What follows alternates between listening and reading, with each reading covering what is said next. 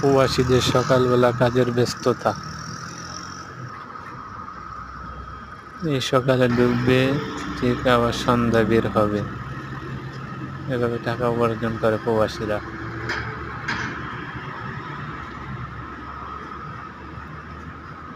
আর সেই টাকা বাংলাদেশ রেমিটেন্স যায়, আর সেই টাকা দিয়ে বাংলাদেশ সরকার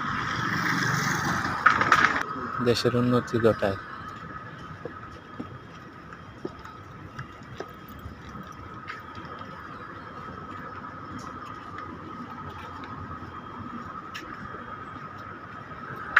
আর প্রবাসীদের কোনো ব্যবস্থাই নেই। প্রবাসী মারা গেলে তাদের লাশটাও নিজেদের টাকা দিয়ে দেশে পার করতে হয়। এই হলো প্রবাসীদের অবস্থা।